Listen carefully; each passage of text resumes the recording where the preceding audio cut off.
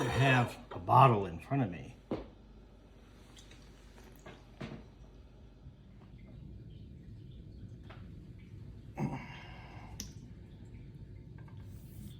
than a frontal lobotomy.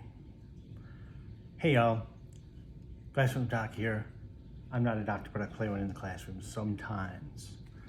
Frontal lobotomy, you may have heard of it. What is it, or rather, what was it? This was a procedure that was done from the 1930s into the 1960s that was meant to try to relieve certain neurological, certain psychological disorders, problems that people were having, treating things like bipolar, though they didn't call it that then, kind of call it manic depression, depression, things like that, ADD, of course they didn't call it that either, they called it hyperactivity. But what is it exactly? Well, developed by a guy named Walter Freeman, and to listen to his son speak, his son said that he believed that he used an ice pick from the drawer in the kitchen. He believed that he took an ice pick and used it for his first surgical procedures.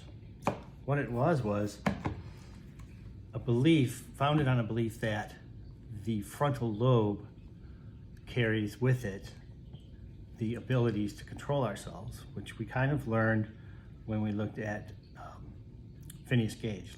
Look up Phineas Gage.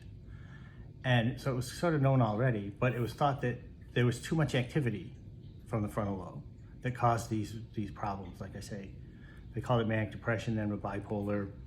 Hyperactivity, they called it, now we call it ADD. Hyperactivity is still there, but anyway, depression, things like that. And so what they did was, their goal was to sever some of the connections of the frontal lobe. Frontal lobe being that part of the brain, of course, is in the front of the brain. This is the part that humans use to distinguish, sort of like when you make your final decision. What am I going to say? What am I going to do? It's kind of coming from there, okay? So it's our higher order thinking. The procedure was kind of a nasty one. What they would do was very simple, though.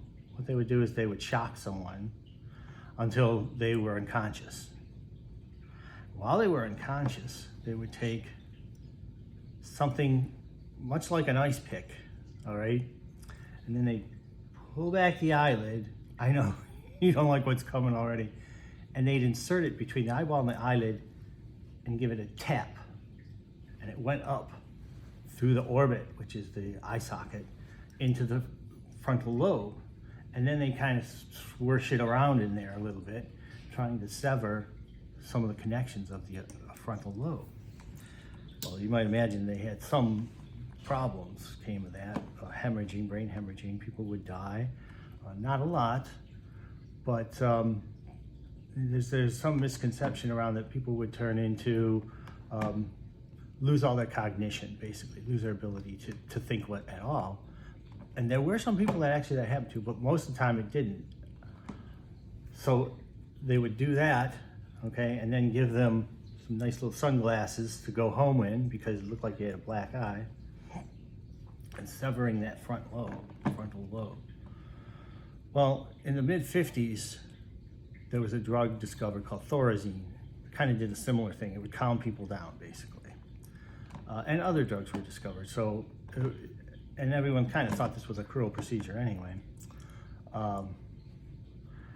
And so it kind of fell out of favor, but the one gentleman, Walter Freeman, kept doing it way up until the late 60s. And he actually ended losing his license. He wasn't allowed to be a doctor anymore. But anyway, that is the story. That is what a frontal lobotomy is. So I think you'd probably rather have a bottle in front of you than a frontal lobotomy, right? Bottle in front of me than a frontal lobotomy.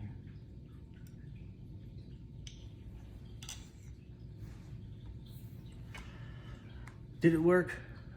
Supposedly it did have some effects, some positive effects, some effects that were, it was aiming to, was the goal.